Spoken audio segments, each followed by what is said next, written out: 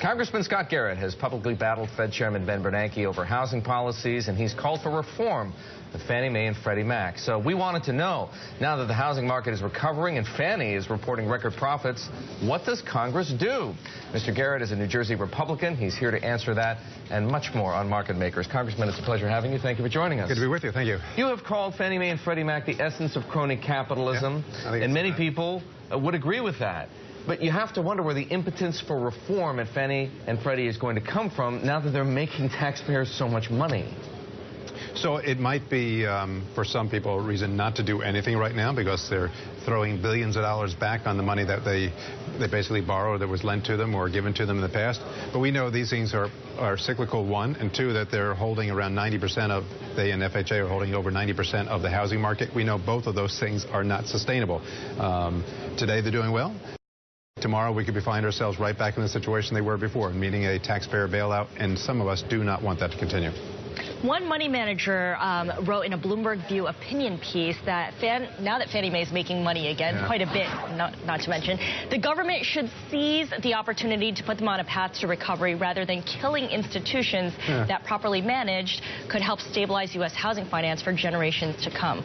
How does the government properly manage a government-sponsored enterprise like a Fannie or Freddie in a housing recovery? And the answer is they can't. And the history shows that they can't. And the fact that we're into a tune of $120 billion bailing them out shows that we cannot manage these things. It's just fortuitous that right now, as the housing market perhaps has bottomed out, I'm not really sure, experts differ on that, that we're looking at this upward cycle, but we know that this will good times will lead into bad times again, and we want to come away with a system where we will never again have the taxpayer be on have to foot the bill for this, and we can do it. We have legislation that we crafted last year. We have gone through a number of hearings in that in Congress. We're going to roll them out again this Congress, and we're going to get to the point where we'll see, just like the White House says, to do away with Fannie and Freddie. So, Congressman, how do you do that? How do you take Fannie and Freddie out of the housing market, out of guaranteeing 90% of mortgages, as you point out, without disrupting the finance? I mean, clearly, one thing that Congress doesn't want to do is disrupt the mortgage market in such a way that people can't buy homes. People who should be able to buy homes couldn't. Right. Exactly. No one wants to do it. Republican or Democrat, right or left, we all want to make sure that we don't disrupt the market. And so whatever we do with the GSEs, Fannie and Freddie, we want to do over a thoughtful period of time. We want to allow them to wind down, right? At the same time, we want the rest of the market to be able to wind back up. I would say wind down model and a wind up model. And you're going to involve two things. One, in the banking sector, to be able to then begin lending again, and the other in the securitization market as well, to let the private label get back into it. And I sponsored legislation last year. We'll try to move it again through. And basically that puts in a framework, if you will, for securitization to pick back up. I'll just say one last little piece.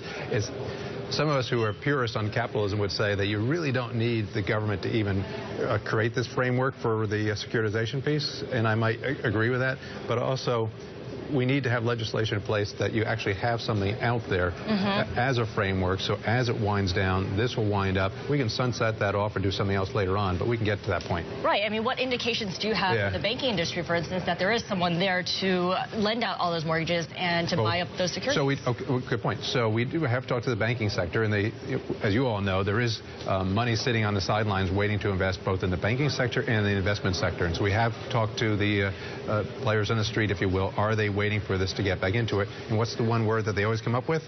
Certainty. They want to have some certainty going forward that they're going to be able to get into this market and not have the same thing happen again. But what they also want is yield. Now, if you were to take Fannie and Freddie out of the mortgage market, or at least reduce the percentage of the market that they guarantee, and at the same time find ourselves in a world where interest rates aren't so low, people actually might be able to make some money investing in mortgages. So exactly. But it seems that there are, there are conflicting purposes here. On the one hand, so many people want homes to be affordable in America. On the other hand, if you want a private label securitization market, you can't have cake and eat it too. Sure you can. I mean, all we have to do is look around the rest of the world. The United States has one of the most complex Byzantine housing markets at any place in the world, and yet our rate of housing is about the same as our neighbor to the north, Canada, and over in Europe as well. They don't have a Fannie and Freddie over in Europe. They don't have a GSE structure up in Canada.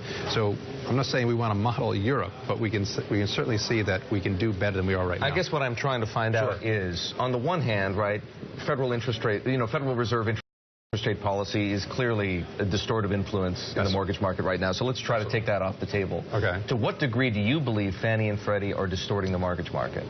Well, in other words, how much higher might yields be on mortgages if they weren't there? Excellent point. Studies have done that in the past, and it's talked around between 25 to 50 basis points is the only benefit that you really have gotten out of the GSEs as you and I as being a home buyer going through them in the past. So is it really worth that 25 basis points to have the risk, as you and I also as taxpayers, to be on the hook for hundreds of billions of dollars in the future? I want to go back to Ben Bernanke and the zero interest rate policy because he's said before that the Fed's easy money policy did not necessarily cause the housing bubble in the lead up.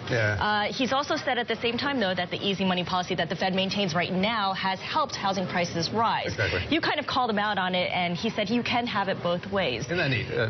Only a witness to her and Fed chairman can actually have it both ways. You obviously don't believe him.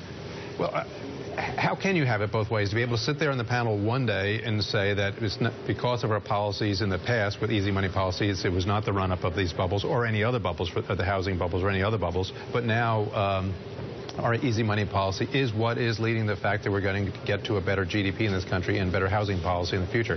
I don't know how you can argue both. Congressman, in Ben Bernanke's last testimony before Congress, both the House and the Senate, you saw a very unlikely alliance of Republicans and Democrats when it came to the question of too big to fail. Elizabeth Warren and David Vitter, for example. Yeah, how about that? Unlikely bedfellows, shall we say. So where do you come down on this? Are they right? I mean, is there a movement that you can get behind in Congress that would impose more restrictions on too big to fail banks? I mean, I know, a bipartisan movement, something going beyond what you have already articulated. Yeah, I'm not sure I like the phraseology, that's a word they use there.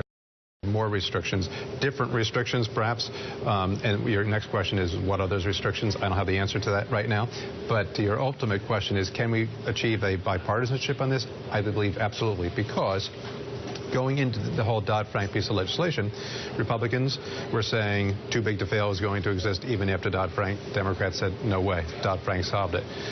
Once we passed Dodd-Frank, now that they've read the bill, they realize it really didn't solve it, and I think that we've come together on that point. All right, Congressman, we'd love to follow up with you at some point in the future. Very nice to have you here on the show. Good to be with you. Thanks so much. All right.